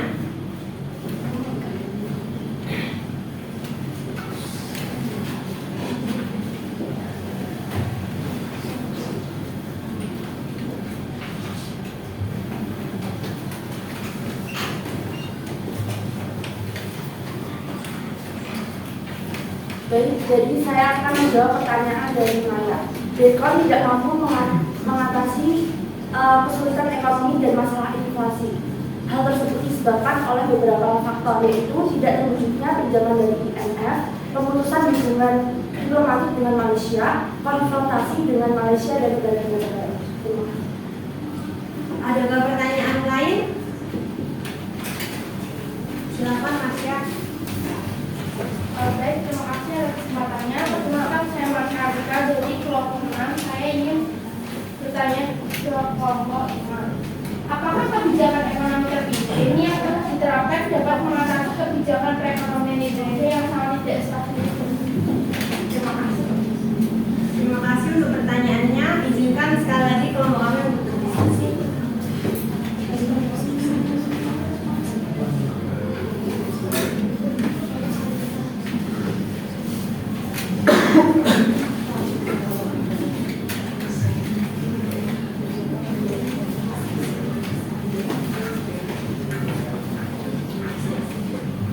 Terima kasih. Izinkan saya menjawab pertanyaan dari Mas Ya. Seperti yang sudah dijelaskan, kebijakan ekonomi terpimpin yang telah diterapkan oleh pemerintah mengalami kegagalan. Kegagalan itu dikarenakan adanya gejolak politik luar negeri yang bersifat konfrontatif. Karena kalian sudah bertanya, sekarang giliran kami yang akan memberikan pertanyaan untuk dijawab. Apa tujuan dibentuknya deklarasi ekonomi atau yang disebut dengan DEKON? Silakan Pak Tan untuk jawab. Terima kasih atas kesempatannya. Perkenalkan, nama saya Fatan Abuya Sinada, izinkan saya menjelaskan. Tujuan dari dibentuknya DEKON adalah menciptakan ekonomi yang bersifat nasional, demokratis, dan bebas dari sisa-sisa imperialisme untuk mencapai ekonomi sosialis Indonesia dengan cara terpimpin. Terima kasih. Terima kasih kasih. Selanjutnya adalah kesimpulan. Jadi kesimpulan yang dapat kami ambil dari diskusi yaitu kondisi ekonomi mengalami penurunan akibat gejala politik yang melanda Indonesia disebabkan oleh beberapa faktor, yaitu 1. Politik luar negeri Indonesia yang bersifat konfrontatif. Kedua, dijalankannya proyek politik mercusuar oleh Presiden Soekarno. Ketiga, gagalnya sejumlah kebijakan yang diterapkan oleh pemerintah dalam menangani krisis ekonomi. Demikian yang dapat kami sampaikan. Apabila ada kesalahan, mohon maaf karena kesempurnaan hanya milik Tuhan Yang Maha Esa. Terima kasih. Wassalamualaikum warahmatullahi wabarakatuh.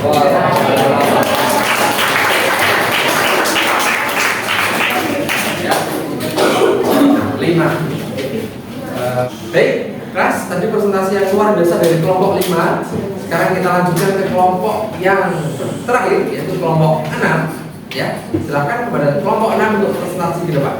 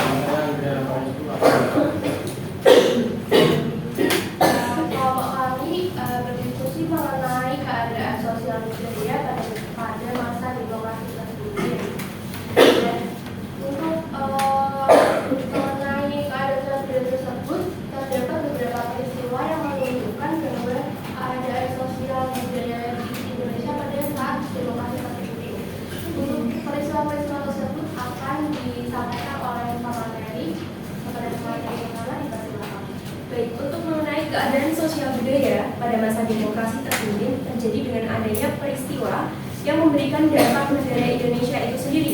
Di antaranya terdapat terjadi perusahaan di Jakarta, larangan pedagang asing di luar ibu kota daerah, musik dan tarian barat dilarang pemerintah, dan yang terakhir yaitu terdapat konflik antara Lekra dan Manikebu. Yang pertama, terjadi kerusuhan di Jakarta. Hal ini terjadi ketika konfrontasi antara Indonesia dan Malaysia pada tahun 1963 sampai 1966 yang menyebabkan kondisi sosial di Indonesia mulai kacau dan tidak terkendali karena dipicu oleh pembakaran habis kedutaan besar Inggris dan 21 rumah stafnya di Jakarta. Aksi anarkis ini memperoleh balasan dari pihak Malaysia dengan pengerusakan kediaman duta besar Indonesia di Malaysia. Konflik dan kontroversi adanya aksi anarkis perusakan kediaman duta besar Indonesia oleh pihak Malaysia mendorong terjadinya pemutusan hubungan diplomatik Indonesia dengan pemerintah Malaysia dan Singapura. Selanjutnya akan dilanjutkan oleh pemateri kedua.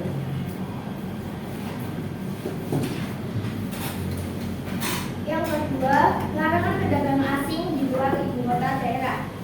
Pada masa demokrasi terpimpin, terjadi konflik antara pedagang asing di Indonesia, khususnya pedagang dari Cina. Lalu pada 1 Januari 1960, dikeluarkan kebijakan yang menyatakan para pedagang asing dilarang berdagang di daerah pedesaan. Hal inilah yang menjadi pendorong para pedagang asing mulai berpindah kegiatan ke kota. Kebijakan ini mengundang reaksi keras pemerintah Beijing karena usaha ekonomi warga negara asing atau etnis Tionghoa dihalang-halangi oleh pihak tentara Indonesia. Selanjutnya akan dibacakan oleh pemateri. Baik, materi ketiga yaitu musik dan tarian barat dilarang pemerintah. Pada masa ini, hampir seluruhnya didominasi oleh pemerintah. Hal ini sampai menjangkau karya para pekerja seni atau musisi. Misalnya, Kus Bersaudara pernah ditahan kejaksaan karena memainkan musik kebarat-baratan. Presiden Soekarno sebagai orang nomor satu di Indonesia kala itu juga mengangkat kebudayaan barat yang sedang booming dan menjadi tren seluruh dunia kala itu. Pelarangan musik barat ini ternyata membawa dampak positif bagi para seniman lokal untuk bisa memproduksi berbagai lagu daerah dan menjadikan bagian dari musik populer Indonesia. Selain lagu daerah, lagu-lagu perjuangan nasional juga berkembang pesat pada masa musik barat dilarang didengarkan masyarakat.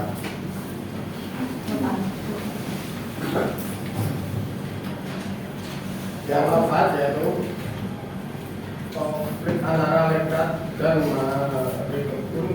Lekrat adalah lembaga kebudayaan adat yang menjadi kelompok pendukung masyarakat atau barang nasional. Sedangkan Maritim kebudayaan merupakan sekelompok dan dilawan yang anti nasional. Kelompok Maritim merupakan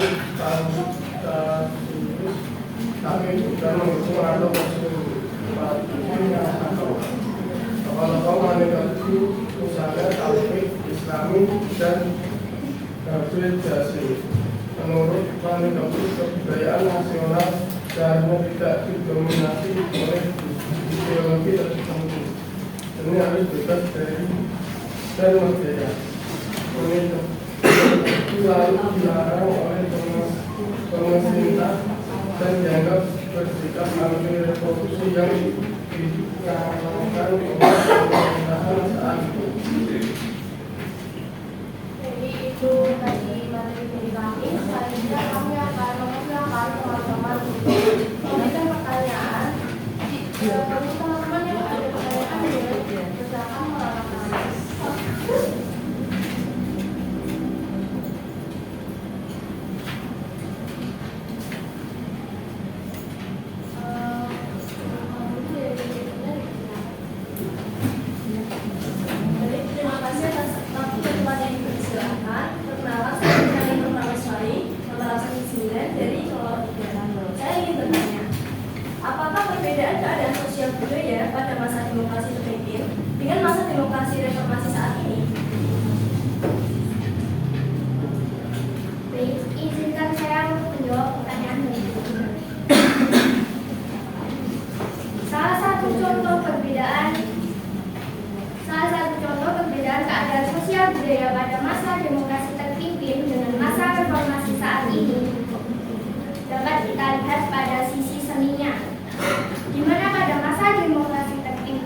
Terdapat larangan musik dan tarian barat.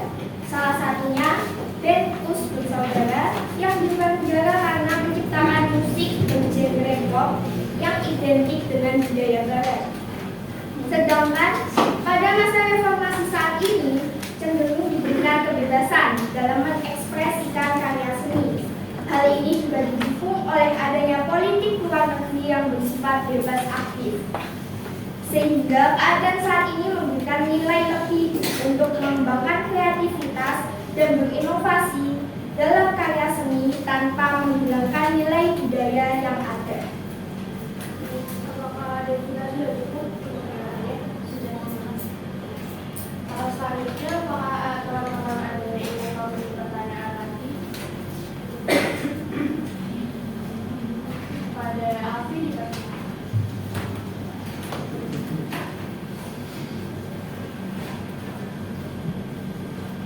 Baik, perkenalkan, nama saya Alfia Mas Putri dari perwakilan kelompok 1 ingin menanyakan apa penyebab terjadinya konflik antara Lekrat dan Manitebu. Terima kasih. Baik, saya akan menjawab pertanyaan yang dibutuhkan untuk informasi. Konflik di antara keduanya tercipta berkat perbedaan ideologi yang diusung oleh masing-masing negara. Lekrat beranggapan bahwa kebudayaan dan kesenian mesti berjalan bersamaan dengan agenda-agenda progresif. Sedangkan Manitebu menempuh jalan yang berbeda. Kesenian dimaknai bukan sebagai suatu praktik politik. Mungkin itu saja jawaban dari saya. Apakah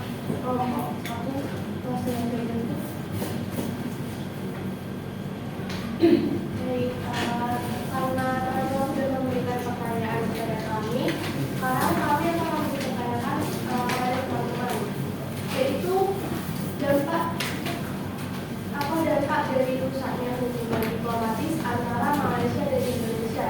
Untuk teman-teman yang ingin menjawab bisa silakan. Kepada beliau Maraji, silakan.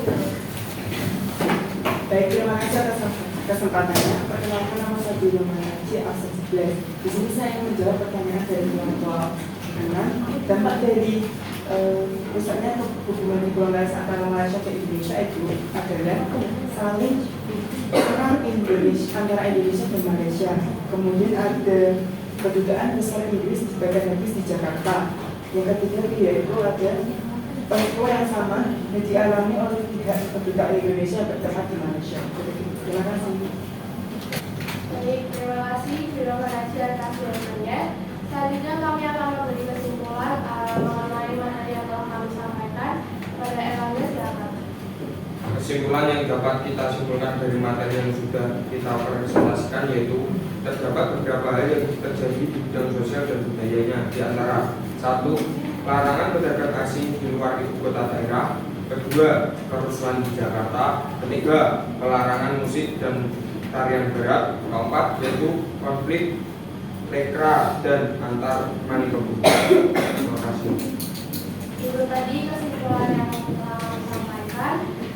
Terima kasih teman-teman dari Pak Eko yang memberikan kesempatan kami untuk berkonsultasi. Juga mohon maaf apabila kami ada kesalahan, baik yang disengaja maupun tidak. Assalamualaikum warahmatullahi wabarakatuh. Waalaikumsalam warahmatullahi wabarakatuh.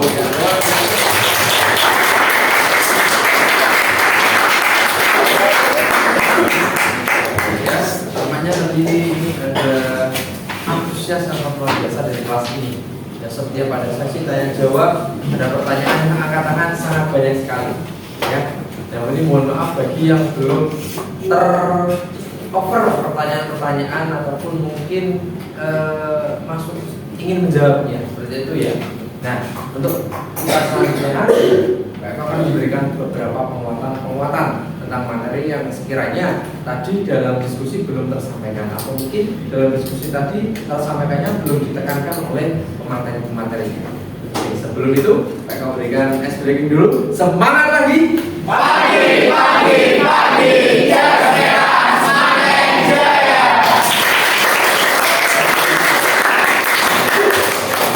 Ya, oke, mereka berikan penguatan dulu. Jadi kenapa sih lahirnya demokrasi terpimpin bisa fokus ke layar proyektor? Jadi ini adalah latar belakang demokrasi terpimpin. Tadi sudah disampaikan oleh kelompok 1 dan kelompok 4. Itu tentang ini. Yang pertama ketidakstabilan kehidupan politik masa sebelumnya, yaitu masa demokrasi liberal. Jadi saling partai politik itu saling menjatuhkan. Nah, jadi tidak stabil. Keadaan politik tidak stabil berdampak ke keadaan ekonomi. Ekonomi juga itu tidak stabil. Begitu. Nah, terus yang kedua, ini mengenai kegagalan Dewan Konstituante dalam membuat UUD yang baru. Jadi waktu demokrasi liberal itu Dewan Konstituante tidak berhasil menciptakan yang namanya undang-undang dasar yang baru. Ya, akhirnya apa? Di demokrasi terpimpin memakai undang-undang 1945 seperti itu undang-undang dasarnya. Terus yang poin ketiga, Raja Soekarno yang merasa demokrasi liberal itu tidak cocok dengan kepribadian bangsa Indonesia. Ya, karena banyak partai terus Soekarno menganggap semakin baik seperti ini. Nah, berikutnya mereka akan menampilkan sebuah cuplikan video audio visual tentang demokrasi terpimpin.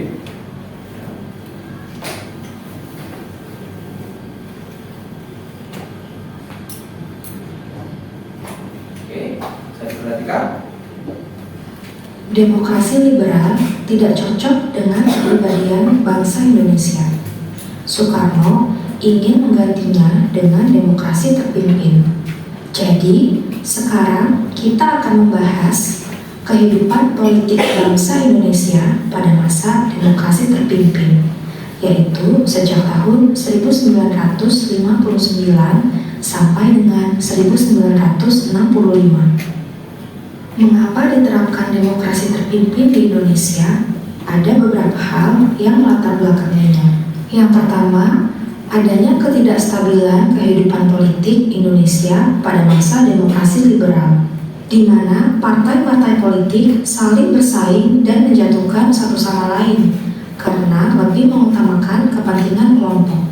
Yang kedua, gagalnya Dewan Konstituante dalam membuat Undang-Undang Dasar yang baru. Yang ketiga, Presiden Soekarno merasa demokrasi liberal adalah produk impor yang sangat tidak cocok dengan kepribadian bangsa Indonesia. Karena beberapa hal itulah, Presiden Soekarno ingin menggantinya menjadi demokrasi terpimpin dengan tujuan untuk menstabilkan kehidupan politik bangsa Indonesia. Untuk merealisasikannya, pada awal Juli 1959, Presiden Soekarno melakukan pertemuan dengan Ketua DPR, para menteri, pimpinan TNI, anggota Dewan Nasional, dan para tokoh penting lainnya untuk mendiskusikan langkah apa yang harus diambil untuk bangsa Indonesia. Hasil dari pertemuan tersebut, mereka sepakat untuk memberlakukan kembali Undang-Undang Dasar 1945. Pertemuan dilanjutkan dengan pidato singkat Presiden Soekarno pada tanggal 5 Juli 1959 pukul 17 waktu Indonesia Barat, sekaligus dengan mengeluarkan dekret presiden yang berisikan 3 ketentuan pokok, yaitu pembubaran Dewan Konstituante, diberlakukannya kembali Undang-Undang Dasar 45, sehingga Undang-Undang Dasar sementara 1950 tidak berlaku lagi. Pembentukan Majelis Permusyawaratan Rakyat sementara dan Dewan Pertimbangan Agung sementara. Oke. Nah, ini di dekret presiden 5 Juli 59. Dekret ini menandai awal berlakunya demokrasi terpimpin. Ya, yang berisi 3 hal tadi. Yang pertama adalah pembubaran Dewan Konstituante, dan yang kedua berlakunya kembali UUD 1945 dan pembentukan MPRS dan DPRS. Ini isi dari dekret Presiden 5 Juli 59. Kita lanjutkan. Ya.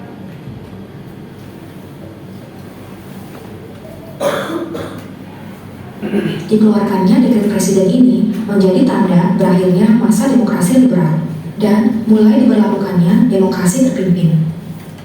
Lalu, bagaimana kehidupan politik bangsa Indonesia setelah diterapkannya demokrasi terpimpin? Kehidupan politik pada masa itu tidak lepas dari pelaksanaan demokrasi yang terpusat pada kepemimpinan Presiden Soekarno. Presiden Soekarno seolah menjadi aktor tunggal dalam kehidupan politik bangsa Indonesia. Sekarang kita bahas ya bagaimana kekuatan, kebijakan, serta penyimpangan-penyimpangan politik yang terjadi pada masa demokrasi terpimpin. Pada HUT RI tahun 1959, Presiden Soekarno berpidato dengan judul Penemuan Kembali Revolusi Kita. Dalam pidatonya, Presiden Soekarno menyerukan tentang semangat revolusi, keadilan sosial, serta penyusunan ulang lembaga dan organisasi negara demi revolusi yang berkesinambungan. Pidato ini kemudian dikenal sebagai Manifesto Politik atau disingkat Manipol.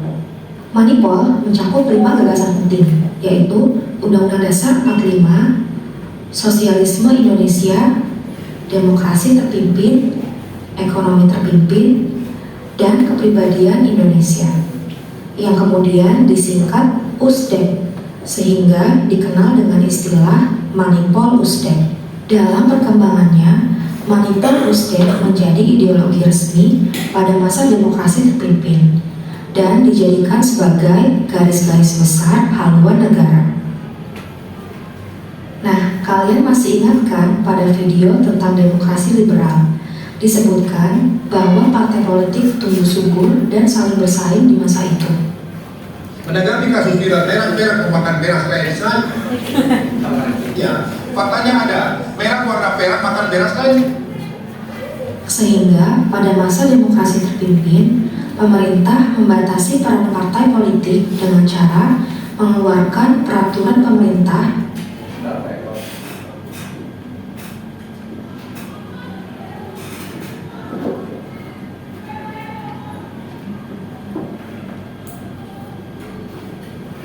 Presiden Soekarno mengeluarkan gagasan Nasakom yang merupakan kepanjangan dari nasionalis, agama, dan komunis dengan tujuan untuk menyatukan 3 pilar kekuatan politik nasional pada masa itu. Gagasan Nasakom yang dicetuskan Presiden Soekarno dimanfaatkan oleh Partai Komunis Indonesia untuk semakin menguatkan keberadaannya dalam ranah politik di Indonesia. PKI berhasil meyakinkan Presiden Soekarno bahwa PKI merupakan partai pendukung utama kebijakan pemerintah. Mengetahui hal ini, TNI Angkatan Darat tidak tinggal diam. TNI Angkatan Darat memerintahkan pasukan untuk menangkap DN Aidit, Ketua PKI, dan melarang penerbitan surat kabar harian rakyat. Perintah ini mendapat protes dari Presiden Soekarno. TNI Angkatan Darat diminta untuk mencabut kembali larangannya. Presiden Soekarno juga melarang TNI Angkatan Darat mengambil tindakan apapun terhadap PKI. Perseteruan pun terjadi antara Baik, jadi ini terjadi perseteruan antara siapa tadi?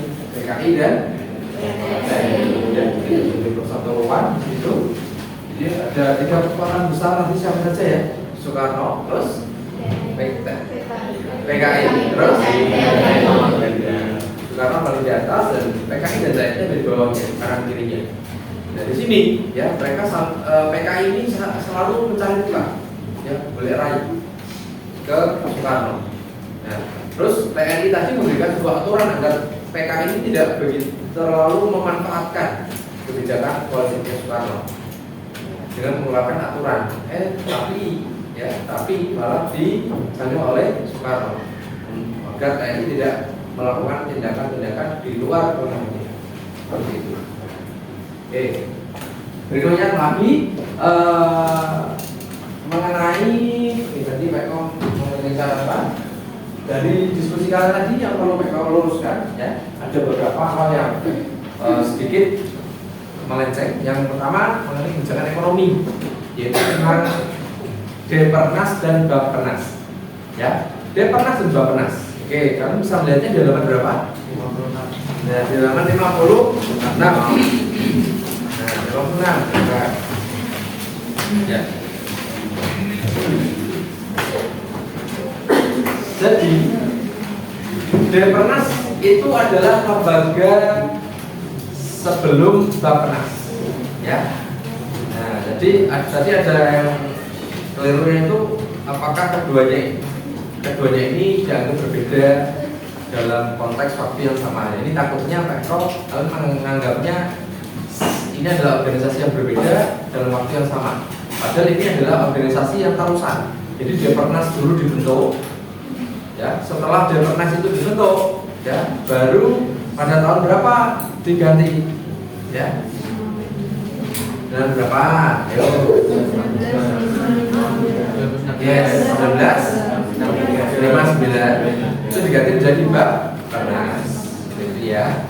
Jadi untuk tugasnya memang berbeda karena namanya berganti, tugasnya menjadi bertambah seperti itu.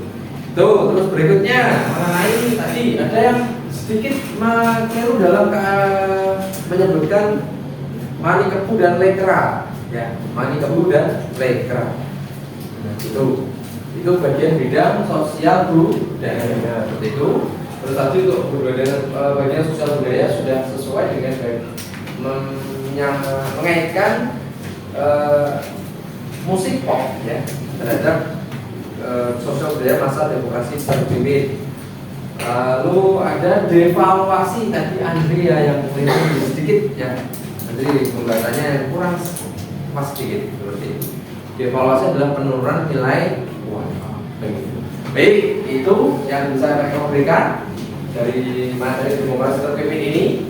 Ya, oke, kita lanjutkan ke tahap berikutnya adalah silakan dikumpulkan LKPD yang tadi kalian kerjakan. Jangan lupa Ini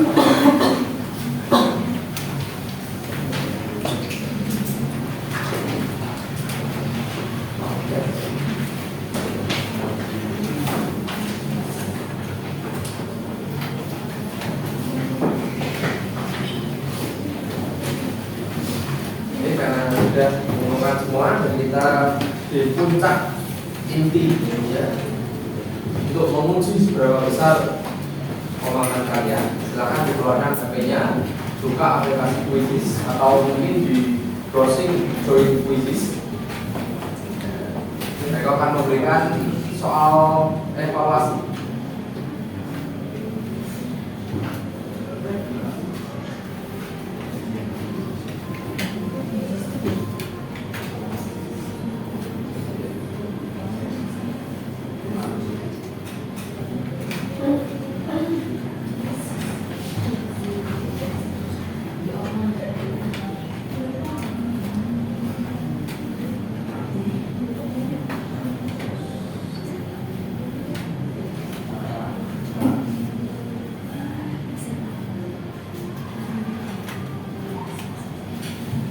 Bersiap. Silakan login, ya, login dengan kode yang ada di depan 904090.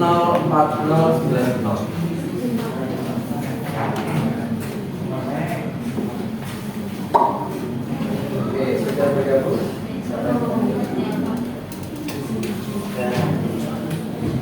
Pasal sudah ini.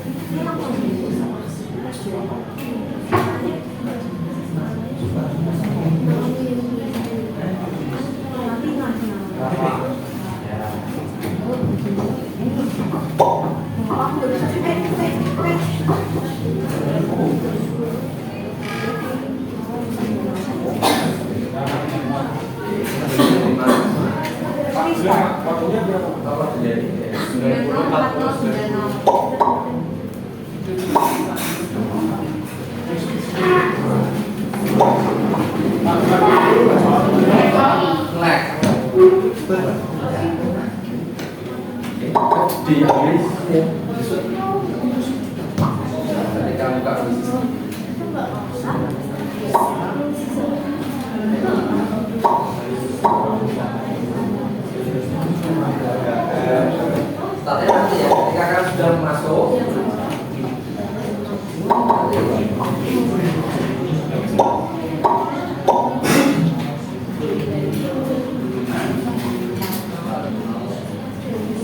Oke, ada yang mengalami kendala? Apa? Silakan Mbak. Internet. Internetnya apa?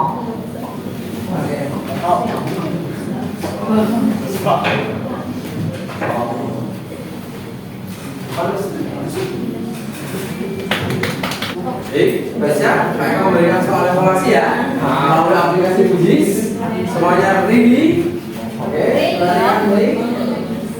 Kita mulai.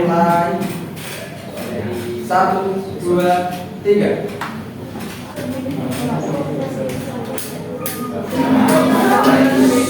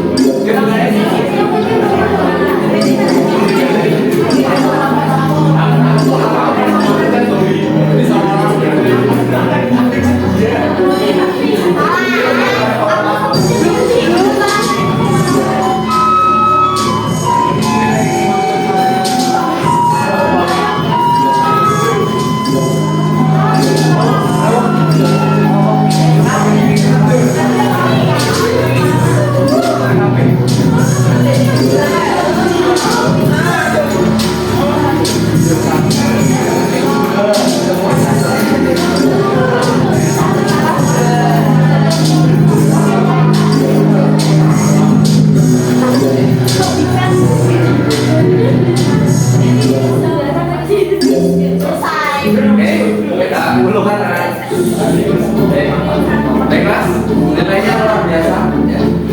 Rata-rata benar semua ini ya. Ini ada beberapa yang salah, satu salah satu aja tadi ya. Dua tadi ya. Oke, ada nggak pembentukan jawaban yang bilangnya itu?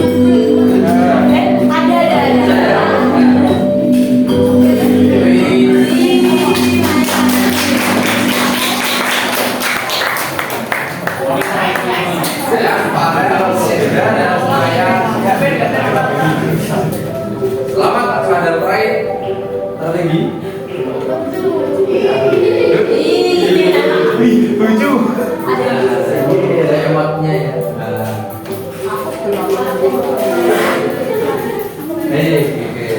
Oke, nilainya bagus. Nah,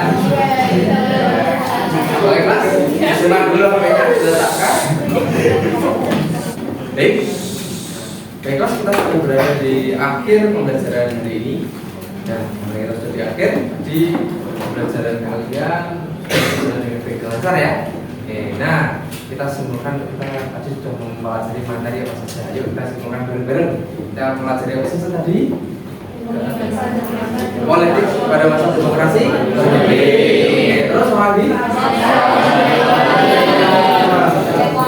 Terus? Nah, di situ tadi sudah Pak Koordinator juga ya. Kita tentang lagu apa tadi? Itu ciptaan siapa? Ben. Terus Ben. Oke, terus tadi juga Pak tampilkan beberapa peninggalan bangunan saat demokrasi terjadi. Apa saja tadi?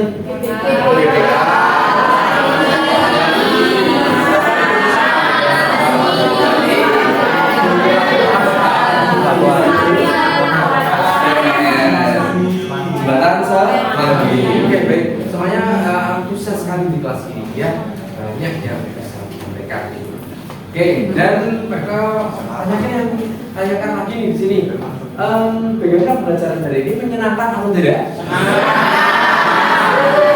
Seru sekali ya.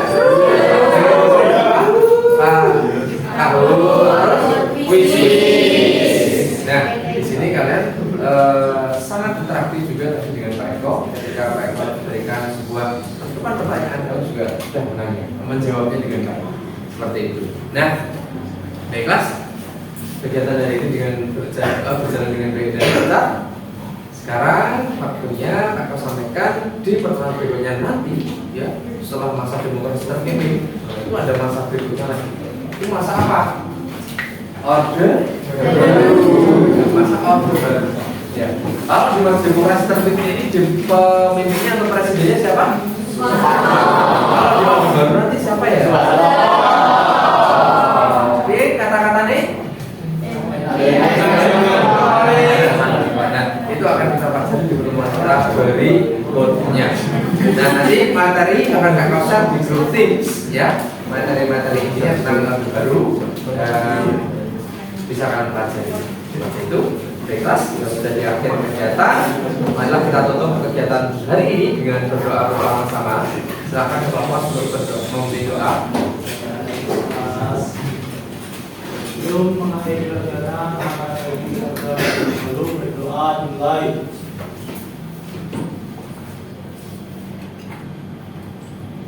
Doa selesai. Semoga ilmu yang dapat sampaikan kepada kalian dapat diterima dengan baik dan bermanfaat. Ya, amin. Baiklah, kita sudah di akhir kegiatan pembelajaran. Kita tutup dulu. Assalamualaikum warahmatullahi wabarakatuh. Waalaikumsalam warahmatullahi wabarakatuh.